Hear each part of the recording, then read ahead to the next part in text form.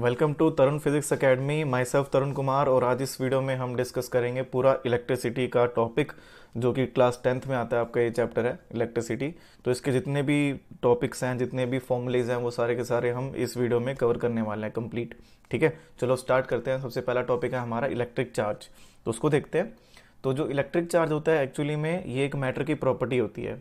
Matter की एक ऐसी प्रॉपर्टी जिसको जो जो मैटर होता है उसके ऊपर फोर्स अप्लाई होती है जब उसको हम इलेक्ट्रिक या मैग्नेटिक फील्ड में रखते हैं। ठीक है, तो ये मैटर की एक ऐसी प्रॉपर्टी होती है कि जब उसको इलेक्ट्रिक या मैग्नेटिक फील्ड में रखा जाता है तो उसके ऊपर फोर्स लगती है। ठीक है, तो उसी प्रॉपर्टी को हम क्या कहते हैं, चार्ज कहते हैं। तो यहाँ पे इसको हम वर्ड्स इसको मैंने डेफिनेशन को यहाँ पे मेंशन किया हुआ है। ओके, इलेक्ट्रिक चार्ज को वैसे क्यू से डिनोट करते हैं अगर एक पार्टिकल के ऊपर चार्ज होता है, और इलेक्ट्रिक चार्ज को अगर एक बॉडी के ऊपर चार्ज होता है तो उसके लिए हम total charge Q, capital Q का यूज़ करते हैं। ठीक है, तो हमारे पास टू टाइप के चार्जेस होते हैं, पॉजिटिव चार्ज और नेगेटिव चार्ज। ठीक है, तो इसको हम वैसे महसूस भी कर सकते हैं, जैसे कि फॉर एग्जांपल अगर हमारे पास एक ग्लास रोड है, उसको हमने रब किया सिल्क क्लॉथ के साथ, तो ग्लास रोड के ऊपर पॉजिटिव चार्ज आ जाएगा और जो सिल्क क्लॉथ है उसके ऊपर नेगेटिव चार्ज आ जाएगा।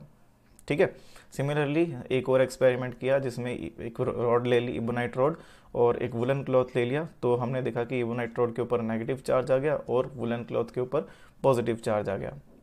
ठीक है, तो जस्ट दो चार्जेस के बारे में एक हमने बेसिक सा क्राइटेरिया बना रखा है कि हाँ, ये पॉजिटिव चार्ज होगा इसकी अलग प्रॉपर्टी होगी, ये नेगेटिव चार्ज होगा इसकी अलग प्रॉपर्टी होगी। अगर हम इन दोनों की प्रॉपर्टीज़ को कंपेयर करें तो हमें मिलेगा कि जो ये दोनों चार्जेस हैं, ये जो अगर अनलाइक चार्जेस होंगे, मान लो कि दो चार्जेस हैं पॉजिटिव और नेगेटिव, तो ये आपस में अट्रैक्ट करेंगे, और अगर लाइक चार्जेस हैं तो ये आपस में क्या करेंगे, रिपेल करेंगे। ये हम बहुत पहले से पढ़ते आए हैं, तो ये सेम चीज़ें दोहराने की ज़रूरत नहीं है। आगे चलते हैं। हाँ, तो अब बात करते हैं इसकी एसआई यूनिट की। तो जो चार्ज है उसकी जो एसआई यूनिट होती है वो होती है कूलम। ओके, अब हमारे पास एक पॉजिटिव चार्ज होता है और एक नेगेटिव चार्ज होता है। ओके, पॉजिटिव चार्ज कंटेनिंग जो पार्टिकल होता है उसको हम प्रोटॉन कहते हैं, और जो नेगेटिव चार्ज कंटेनिंग पार्टिकल होता है उसको हम इलेक्ट्रॉन कहते हैं। प्रोटॉन के ऊपर कितना चार्ज मैग्नीट्यूड का होता है और इलेक्ट्रॉन के ऊपर कितना मैग्नीट्यूड ऑफ चार्ज होता है, वो दोनों सेम ही होते हैं। जो प्रोटॉन होते हैं उसके अंदर जो मैग्नीट्यूड ऑफ चार्ज होता है वो होता है 1.6 इंटू 10⁻⁻19 कूलम। सिमिलरली जो इलेक्ट्रॉन होता है उसके ऊपर भी 1.6 इंटू 10⁻⁻19 कूलम। बट इलेक्ट्रॉन के लिए हम इसमें माइनस मान के चलते हैं, मतलब माइनस फॉर कि जस्ट डिनोट कर रहे हैं कि ये पॉजिटिव से अलग है। ओके, मैग्नीट्यूड दोनों का सेम है बट इन दोनों की प्रॉपर्टी अलग अलग है। ओके, तो इलेक्ट्रॉन के ऊपर जो चार्ज हुआ वो कितना हुआ, माइनस ऑफ 1.6 इंटू 10⁻⁻19, और प्रोटॉन के ऊपर चार्ज कितना हुआ, प्लस ऑफ 1.6 इंटू 10⁻⁻19 कूलम। ठीक है, ओके, तो ये थोड़ी सी इसमें बात थी। अच्छा, ये तो मैंने बता ही दिया आपको कि एक पार्टिकल के ऊपर जो चार्ज होता है वो आपके पास क्यू से डिनोट करेंगे उसको। टोटल चार्ज जो है बॉडी के ऊपर, जैसे फॉर एग्जांपल हमारे पास कोई बॉडी है तो इसके ऊपर कुछ ना कुछ चार्ज होगा। ठीक है, क्योंकि अब ये इसमें मैटर है तो मैटर के पास एक प्रॉपर्टी होती है, उसी को तो चार्ज कहते हैं। तो ये जितना भी चार्ज होगा इसमें उसको हम टोटल चार्ज कहते हैं। इसको हम समझाते हैं थोड़ा सा। जिस प्रिंसिपल से मैं आपको बताऊंगा वो है क्वांटाइजेशन ऑफ चार्ज। ये एक ऐसा प्रिंसिपल है जो ये कहता है कि कोई भी बॉडी है वो n नंबर ऑफ इलेक्ट्रॉन से बनी हुई है। किससे बनी हुई है, n नंबर ऑफ इलेक्ट्रॉन से बनी हुई है, n नंबर ऑफ चार्जेस से बनी हुई है, आप ये कह सकते हो। ठीक है, तो जैसे फॉर एग्जांपल ये बॉडी है तो ये n नंबर ऑफ इलेक्ट्रॉन से बनी हुई है। ये कितने नंबर ऑफ इलेक्ट्रॉन्स है ये हमें नहीं पता। ठीक है, बट हम पता कर सकते हैं। ये जो प्रिंसिपल है ये हमें एक इक्वेशन भी देती है कि इसमें कितने नंबर ऑफ इलेक्ट्रॉन्स होंगे। तो according to this equation, according to this principle, वो ये कहती है कि जो टोटल चार्ज है बॉडी के ऊपर, जिसको हम क्यू से डिनोट करते हैं, वो number of electrons, n number of electrons मान लो अगर इसके ऊपर हैं, into electronic charge, charge on one electron, इसके इक्वल होता है। ये रिलेशन क्वांटाइजेशन ऑफ चार्ज से आता है। Q is equal to N E, where n is the number of electrons, number of electrons, ये नंबर ऑफ इलेक्ट्रॉन्स है, और जो E है वो यहाँ पे क्या है, चार्ज ऑन वन इलेक्ट्रॉन, जो कि कितना होता है, -1.6 इंटू 10⁻⁻19 कूलम। और यहाँ पे क्यू क्या है, Q is the total charge on a body. Again I am repeating, जो क्वांटाइजेशन ऑफ चार्ज होता है वो क्या होता है, it means that total charge on a body is multiplication of number of electrons into the charge on one electron. इसका basic meaning क्या है कि कोई भी बॉडी होती है वो बहुत सारे एन नंबर ऑफ इलेक्ट्रॉन से बनी होती है। ठीक है, तो यहाँ से हमें एक फॉर्मूला मिला, first formula of this video, Q is equal to N E. ठीक है, E इज -1.6 इंटू 10⁻⁻19 कूलम। आगे चलते हैं। नेक्स्ट है कुछ कंडक्टर्स और इंसुलेटर्स के बारे में बात करते हैं भाई। कंडक्टर्स जैसे कि हमें पता है कि ऐसे मटेरियल होते हैं जो कि इलेक्ट्रिक चार्जेस को अलाउ करते हैं पास होने में। जैसे इलेक्ट्रॉन्स, बेसिकली जो इलेक्ट्रिक चार्ज फ्लो करते हैं वायर्स के अंदर वो इलेक्ट्रॉन्स होते हैं। ओके, तो जो इलेक्ट्रिक चार्जेस है यानी इलेक्ट्रॉन्स है वो इजीली फ्लो हो सकते हैं किसी भी मटेरियल के अंदर, तो वो कंडक्टर होगा। जैसे कि आपके पास वायर्स हो गई, ये वायर्स हो गई, कॉपर वायर्स हो गई, ये नाइक्रोम मैंगनीन वायर्स हो गई। तो ये जो वायर्स हैं, ये वायर्स में इजीली क्या होगा, इजीली करंट जो इलेक्ट्रॉन्स है वो फ्लो कर रहे हैं, तो इसीलिए ये कंडक्टर कहलाएंगे। कि कौन कौन से कंडक्टर्स हो सकते हैं, मेटल्स सारे के सारे कंडक्टर होते हैं, silver, copper, aluminium etcetera etcetera, ये सारे के सारे क्या मेटल्स कंडक्टर्स होंगे। अलॉयज क्या होते हैं, अलॉयज मतलब it is the mixture of metal and non metals. ठीक है, तो ये जो होंगे जैसे कि नाइक्रोम हो गया, मैंगनीन हो गया, कॉन्स्टेंटिन हो गया, कुछ ऐसे अलॉयज होते हैं जो कि गुड कंडक्टर होते हैं इलेक्ट्रिसिटी के, जो कि इलेक्ट्रिसिटी को अपने में से पास होने देते हैं। ग्रेफाइट जो होता है, ग्रेफाइट कार्बन का एक एलोट्रोप होता है, तो वो भी आपके गुड कंडक्टर है। ह्यूमन बॉडी हमारी गुड कंडक्टर है, क्यों? बिकॉज हमारी ह्यूमन बॉडी में क्या होते हैं, हमारी ह्यूमन बॉडी में 70% तो वाटर कंटेंट ही होता है। ड्यू टू दिस हमारे अंदर इलेक्ट्रोलाइट्स होते हैं, तो हमारी बॉडी भी क्या होगी, गुड कंडक्टर ऑफ इलेक्ट्रिसिटी। ठीक है, अच्छा, इंसुलेटर्स में ऐसा है सिंपल कि जो अब ऐसा मटेरियल्स जो कि अपने में से पास इलेक्ट्रिसिटी को नहीं होने देंगे। इलेक्ट्रिसिटी में भी कौन आएगा, इलेक्ट्रॉन्स ही होंगे जिसको पास नहीं होने देंगे। ओके, सो ऐसे जो मटेरियल्स होते हैं वो सारे के सारे इंसुलेटर्स होंगे।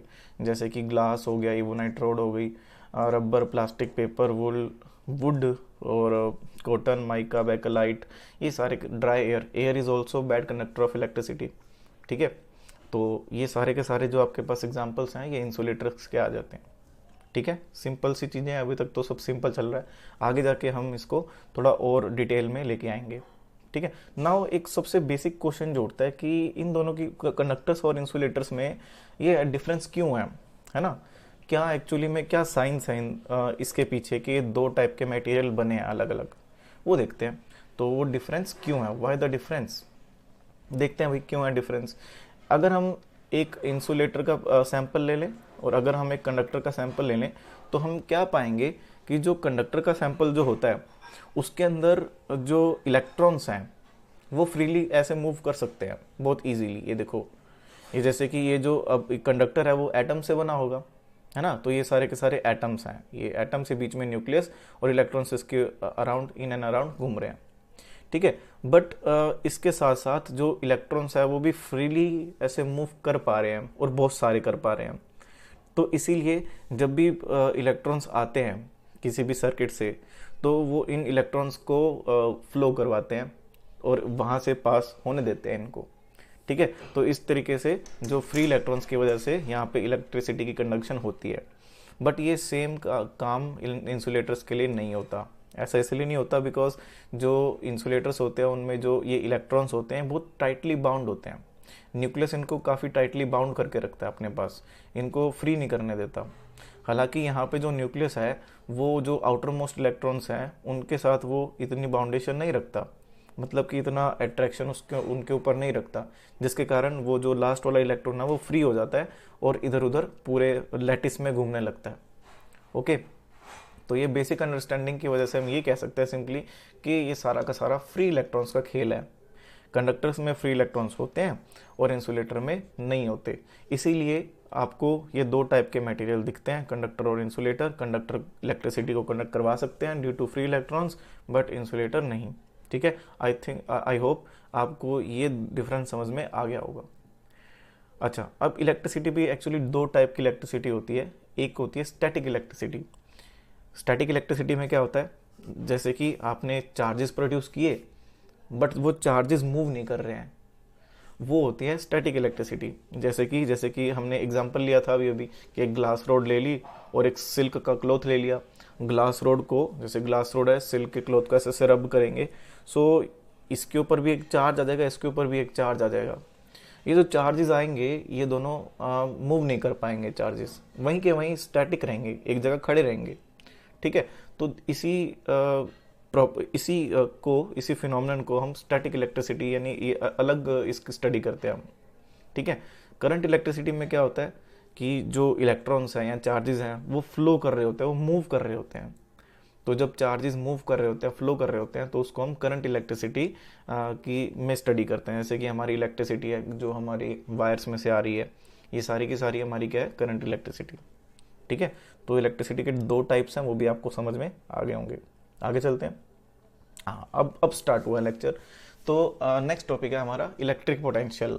इलेक्ट्रिक पोटेंशियल, पहले मैं आपको थोड़ा सा बेसिक बता देता हूँ कि एक्चुअली में इलेक्ट्रिक पोटेंशियल है क्या, फिर हम इसकी जो डेफिनेशन है उस पर चलते हैं। ठीक है, देखो बहुत सिंपल सी चीज़ है, ये बहुत ध्यान से समझना आप। एक्चुअली में इलेक्ट्रिक पोटेंशियल और कुछ नहीं है, जस्ट ये डिफरेंस इन इलेक्ट्रिक प्रेशर है। मतलब ये जैसे देखो एक एग्जांपल लेते हैं। मान लो हम मेरे पास एक पहाड़ है और ये प्लेन है। इस पहाड़ से ऐसे नदी बह रही है, ऐसे नदी यहाँ से ऐसे बह रही है। तो नदी क्यों बह रही है, ये जो पानी है ये क्यों बह पा रहा है? इसीलिए बह पा रहा है क्योंकि वो हाइट से गिर रहा है, हाइट से ये ऐसे नीचे को आ रहा है, हाइट का डिफरेंस है ना। तो हाइट के डिफरेंस की वजह से ही फ्लो हो रहा है। सिमिलरली पोटेंशियल का है। ठीक है, पोटेंशियल मतलब पोटेंशियल डिफरेंस की मैं बात कर रहा हूँ। तो ये क्योंकि पोटेंशियल से ही पोटेंशियल डिफरेंस निकलेगा। तो सिमिलरली यही केस होता है, जो कि क्या होता है कि जो आपके पास इलेक्ट्रिक प्रेशर है उसका दो जगह पे डिफरेंस रहता है। जैसे एक जगह पे हाई प्रेशर होगा इलेक्ट्रिसिटी का, इलेक्ट्रॉन्स का हाई प्रेशर होगा, और एक जगह लो प्रेशर होगा। तो जब ऐसा हाई और लो प्रेशर रीजन क्रिएट हो जाए तो इलेक्ट्रॉन से फ्लो करते हैं एज अ करंट। ठीक है, तो इसी डिफरेंस को हम पोटेंशियल का नाम देते हैं, पोटेंशियल डिफरेंस का नाम देते हैं। अब इसकी जो डेफिनेशन है वो थोड़ी सी अलग है, चलो देखते हैं इसकी डेफिनेशन क्या है। तो अकॉर्डिंग टू इस डेफिनेशन क्या चीज़ होती है, जो इलेक्ट्रिक पोटेंशियल है वो क्या होता है, वो होता है कि एक जैसे फॉर एग्जांपल हमारे पास एक इलेक्ट्रिक फील्ड है, ये आप देख रहे हो, ये एक चार्ज है Q और इसका एक इलेक्ट्रिक फील्ड बन रहा है ये वाला। तो एक हमने पॉजिटिव टेस्ट चार्ज ले लिया, ये वाला जो मैंने मार्क किया ये एक पॉजिटिव टेस्ट चार्ज है। अभी जो पॉजिटिव टेस्ट चार्ज है, जैसे इसको हम इन्फिनिटी से एक इस पॉइंट पे लेके आएंगे, देखो इस पॉइंट पे, इस पॉइंट का नाम देते हैं हम A। तो हम इसको इन्फिनिटी से जब इस पॉइंट तक लेके आएंगे तो हमें कुछ ना कुछ वर्क डन करना पड़ेगा, इसके ऊपर थोड़ा सा काम करना पड़ेगा, वर्क डन करना पड़ेगा। तो पोटेंशियल क्या है कि हमने कितना काम किया इस चार्ज के ऊपर कि इसको इन्फिनिटी से लेकर एक A पॉइंट तक छोड़ दिया।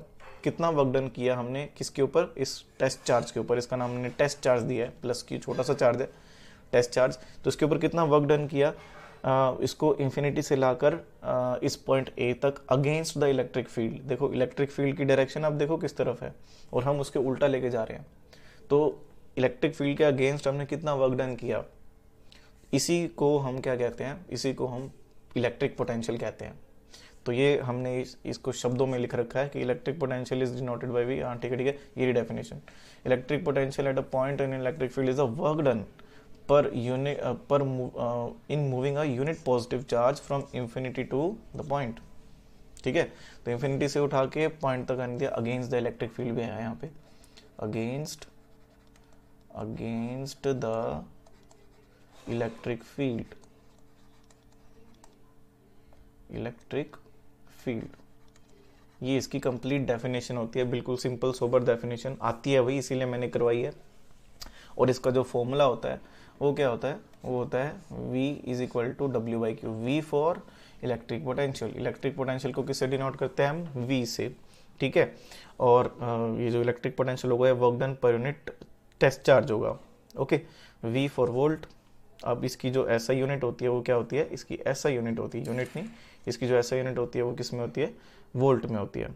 ठीक है, अगर आप 1 वोल्ट को डिफाइन करना चाहो तो आप सिंपली ऐसा डिफाइन कर सकते हो कि जो 1 वोल्ट होगा वो होगा 1 जूल ऑफ वर्क डन किया हमने एक 1 कूलम ऑफ चार्ज के ऊपर against the electric field from infinity two point. ठीक है, तो ये इसकी क्या हो गई डेफिनेशन, ये 1 वोल्ट की डेफिनेशन हो जाती है। Got my point? Any problem? ठीक है जी, आगे चलते हैं फिर।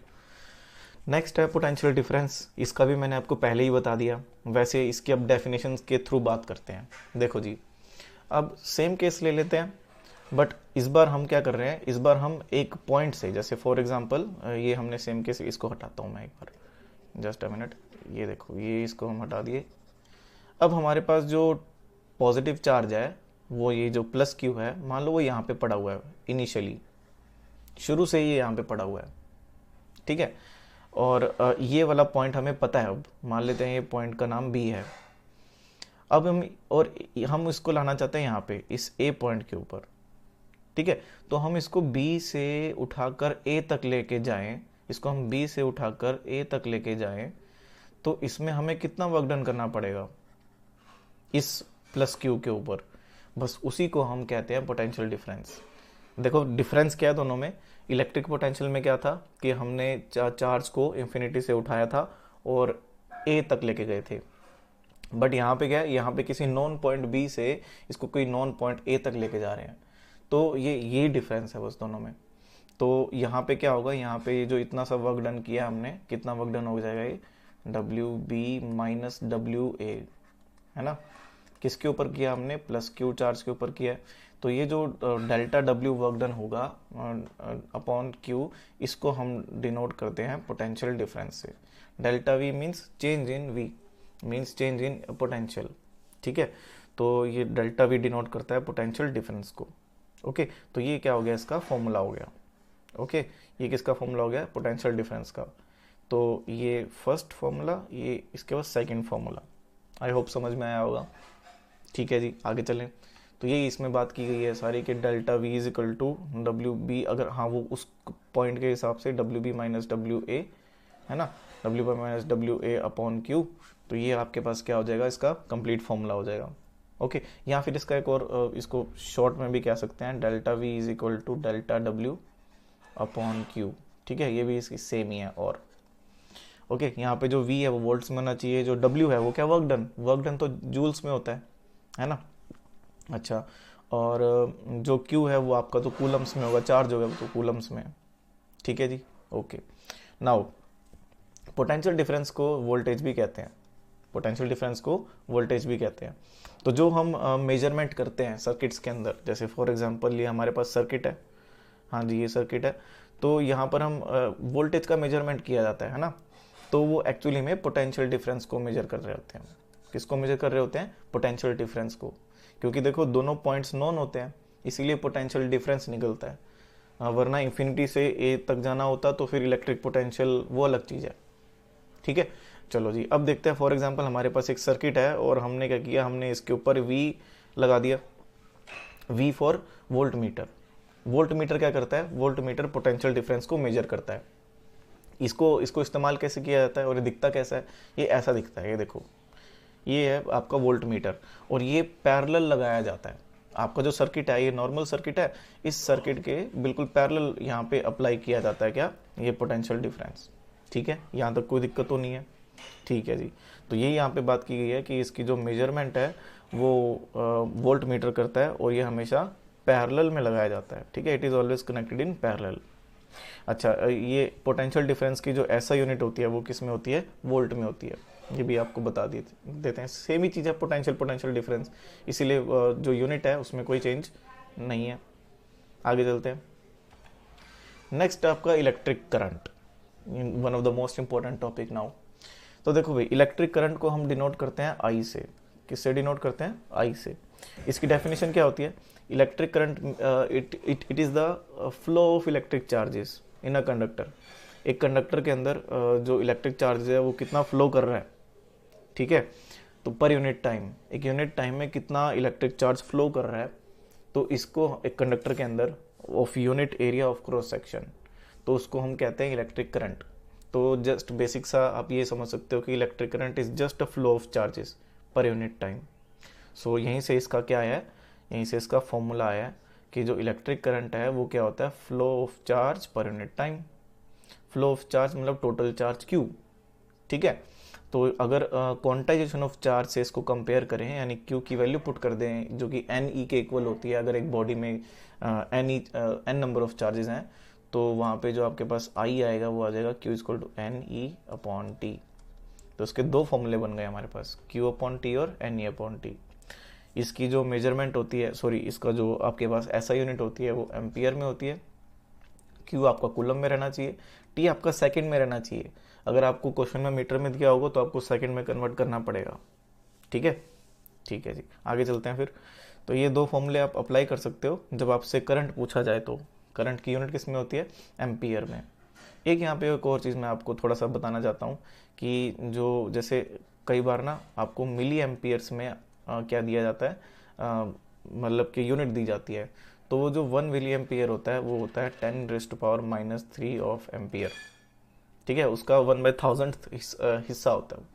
तो ये आपको ध्यान रखना है, ये आपके आगे काम आएगा जब हम न्यूमेरिकल्स करेंगे, तब हम इसको बार बार यूज़ करेंगे, ठीक है। अच्छा, एक और है 1 माइक्रो एम्पियर, उसको भी देख लेते हैं। माइक्रो के लिए ऐसे म्यू का यूज़ किया था, इसको ये जो यू सा दिख रहा है ना आपको, ये म्यू है, इसको म्यू कहते हैं। तो ये जो 1 माइक्रो एम्पियर है इसकी वैल्यू होती है 10⁻⁻6 एम्पियर।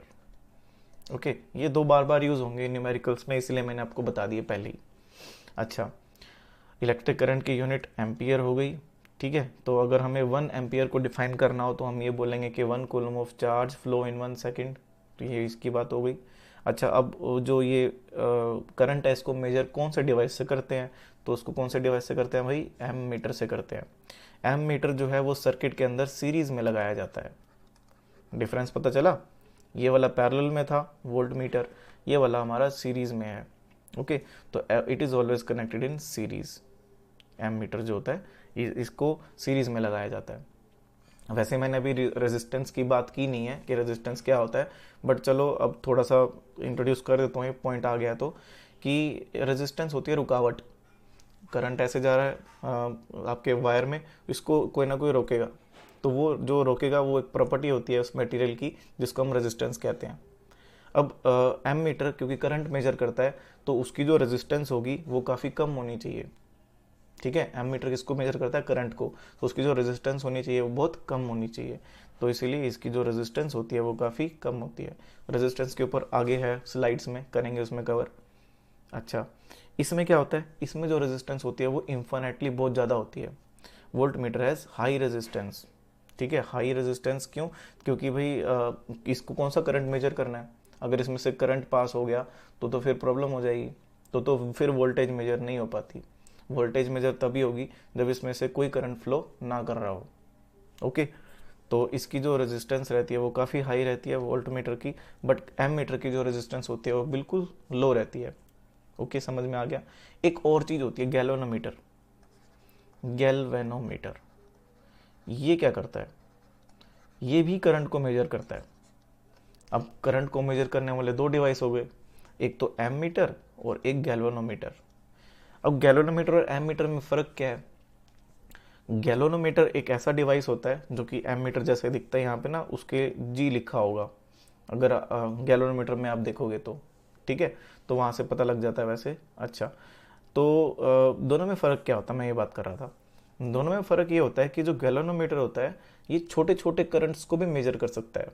छोटे करंट मतलब जैसे जो मिली एम्पियर वाले करंट हो गए या माइक्रो एम्पियर वाले करंट हो गए, उन तक को भी मेजर कर सकता है। बट एम मीटर जो है वो छोटे छोटे करंट्स को मेजर नहीं कर सकता, वो बड़े करंट्स को मेजर कर सकता है, जैसे 4 एम्पियर 5 एम्पियर का करंट मेजर करना हो। तो यही दोनों में फ़र्क है कि अगर आपके पास स्मॉल अमाउंट ऑफ करंट्स हैं तो एम मीटर उसको मेजर नहीं कर पाता, क्योंकि एम मीटर के अंदर रेजिस्टेंस होती है, हाँ कम है बट रेजिस्टेंस तो है।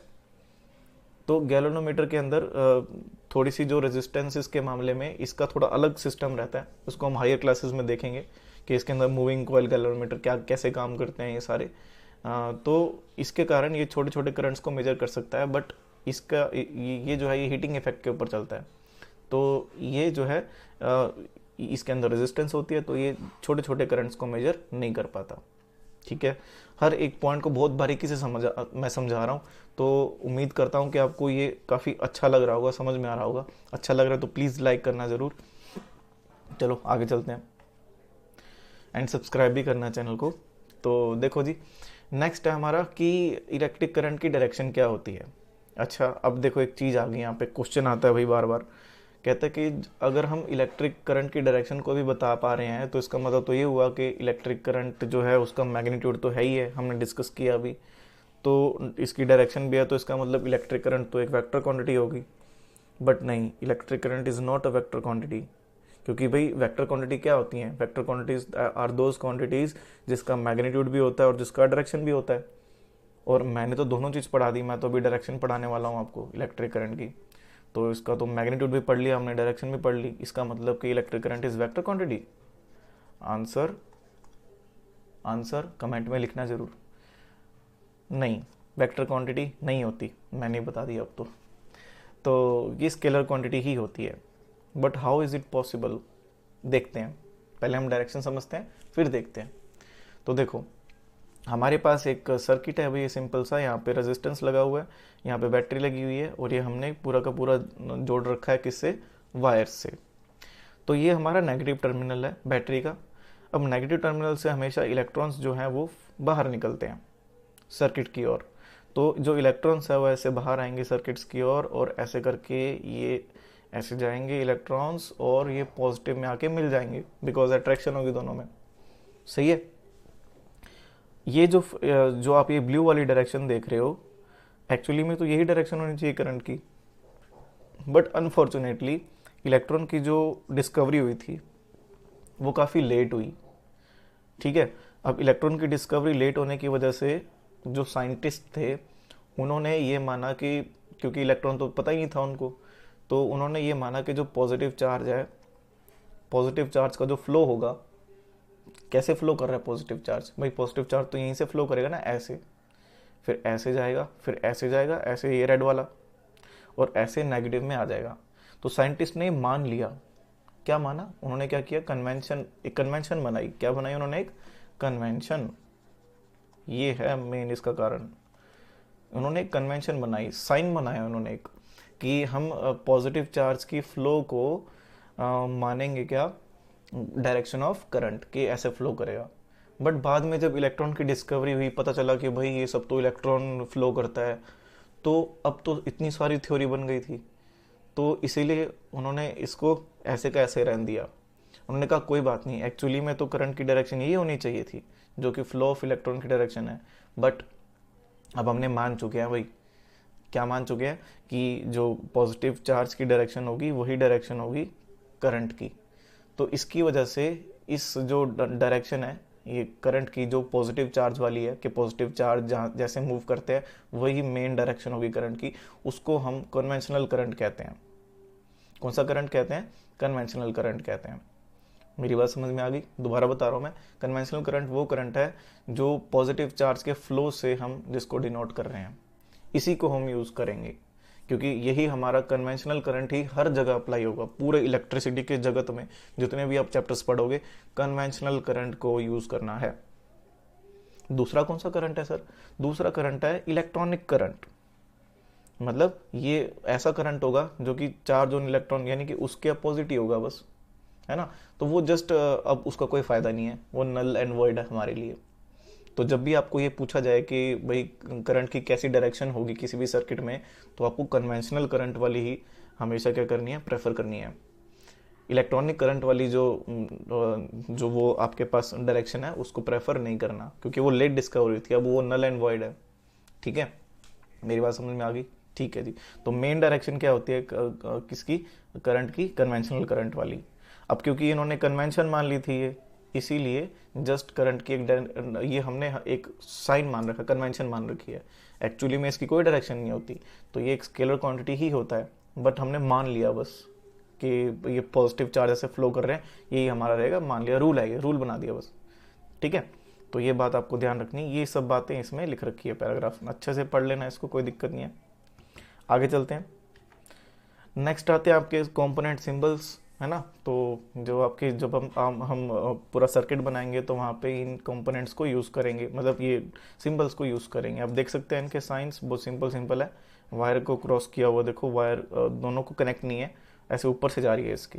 ये रजिस्टर का साइन है, रजिस्टर पढ़ेंगे अभी। रियोस्टेट है ये। रियोस्टेट क्या होता है? रेजिस्टेंस को चेंज करना। रेजिस्टेंस में पढ़ते हैं इसको हम। एम मीटर को ऐसे डिनोट करते हैं, वोल्ट मीटर को ऐसे, गैलोनोमीटर के लिए जी। एसी सोर्स मतलब कि AC source alternating current source, ठीक है। इसको हम मैग्नेटिक इफेक्ट में कवर करेंगे। आगे चलते हैं। नेक्स्ट है हमारा ओहम्स लॉ। ओहम्स लॉ क्या होता है भाई? ओहम्स लॉ वो सिंपल, ओहम एक साइंटिस्ट है हमारे, और उन्होंने एक देखा भाई, ऑब्जर्व किया। उन्होंने क्या ऑब्जर्व किया? उन्होंने बताया फिर कुछ चीज़ें ऑब्जर्व की होंगी, कुछ इलेक्ट्रिक सर्किट्स वगैरह। तो उन्होंने बताया कि जब टेम्परेचर, प्रेशर, ह्यूमिडिटी ये सब कांस्टेंट रहे, मान लो जब सारी कंडीशन, फिजिकल कंडीशन कांस्टेंट रहे, तो जो पोटेंशियल डिफरेंस होगा वो करंट के डायरेक्टली प्रोपोर्शनल होगा। मींस जितना ज़्यादा पोटेंशियल डिफरेंस, करंट का फ्लो भी उतना ज़्यादा। जितना कम पोटेंशियल डिफरेंस, करंट का फ्लो कम। जितना ज़्यादा पोटेंशियल डिफरेंस, करंट का फ्लो ज़्यादा। अब आई थिंक आप विजुलाइज कर रहे होगे कि पोटेंशियल डिफरेंस होता क्या है। It is just a electric pressure difference, ठीक है जी। तो ये उसने क्या दिया, ये इसने लॉ दिया, और हमने अपना लॉ दिया कि V is directly proportional to I। ये बात इसमें लिख रखी है। अब ये प्रोपोर्शनैलिटी साइन को हटाया तो एक कांस्टेंट लगाना पड़ेगा हमें। उस कांस्टेंट का नाम दिया हमने R, और इसी को हम बोलते हैं रेजिस्टेंस। क्या कहते हैं इसको हम? रेजिस्टेंस। क्या होता है रेजिस्टेंस? रेजिस्टेंस जो होता है वो क्या होती है? रुकावट होती है। क्या होती है ये?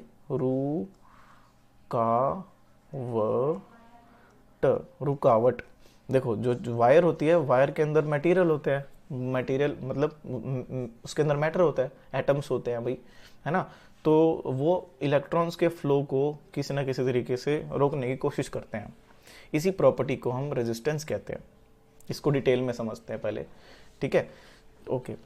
फिर रेजिस्टेंस के ऊपर ये भी देखेंगे कि किस किस के ऊपर डिपेंड करते हैं। आगे देखते हैं, इस पॉइंट को आगे कवर करते हैं। पहले ये देखते हैं कि रेजिस्टेंस क्या होता है ना, अच्छे से इसको समझते हैं। रेजिस्टेंस मतलब मैंने बताया रुकावट होती है, पर अब देखें तो सही किस तरीके की रुकावट होती है।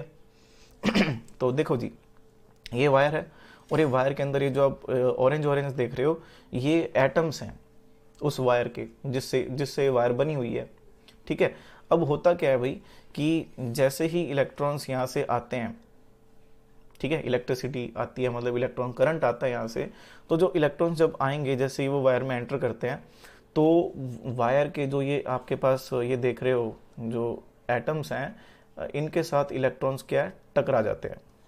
इलेक्ट्रॉन्स आपस में भी टकराते हैं, इन इलेक्ट्रॉन से भी टकराते हैं, इन एटम से भी टकराते हैं, ठीक है। तो जब इलेक्ट्रॉन्स ऐसे टकरा टकरा के आगे जाएगा, तो इसकी स्पीड जो है वो स्लो हो जाएगी, है ना। तो इसकी जो स्पीड है वो स्लो हो जाएगी। तो इसी फिनोमिनन को कि भाई इलेक्ट्रॉन की हमने स्पीड स्लो कर दी, भाई वो ऐसे जा रहा था, उसकी इसकी स्पीड स्लो कर दी, है ना। तो इसी फिनोमिनन को हम रेजिस्टेंस का नाम देते हैं।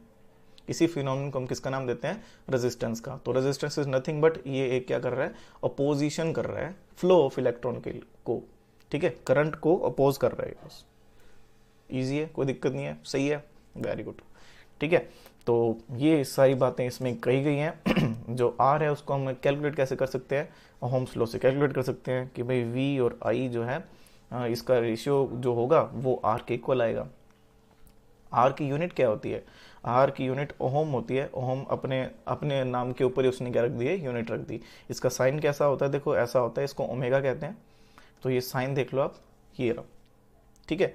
तो ये आर का जो है ये साइन है, ओके, कोई दिक्कत नहीं है यहाँ पे। आगे चलते हैं फिर। अब यहाँ से मैं एक सवाल पूछना चाहता हूँ आपसे, बहुत पॉपुलर सवाल है कि इस फॉर्मूले से तो ये पता लगता है सर कि जो आर है वो तो वी से डायरेक्टली डिपेंड कर रहा है, और आर जो है वो आई से इन्वर्सली डिपेंड कर रहा है। तो अगर हम आपसे ये पूछें कि जो रेजिस्टेंस है वो किन किन चीज़ों पे डिपेंड करती है, तो आप तो ये कह दोगे कि sir R directly depends upon V and R directly depends upon I.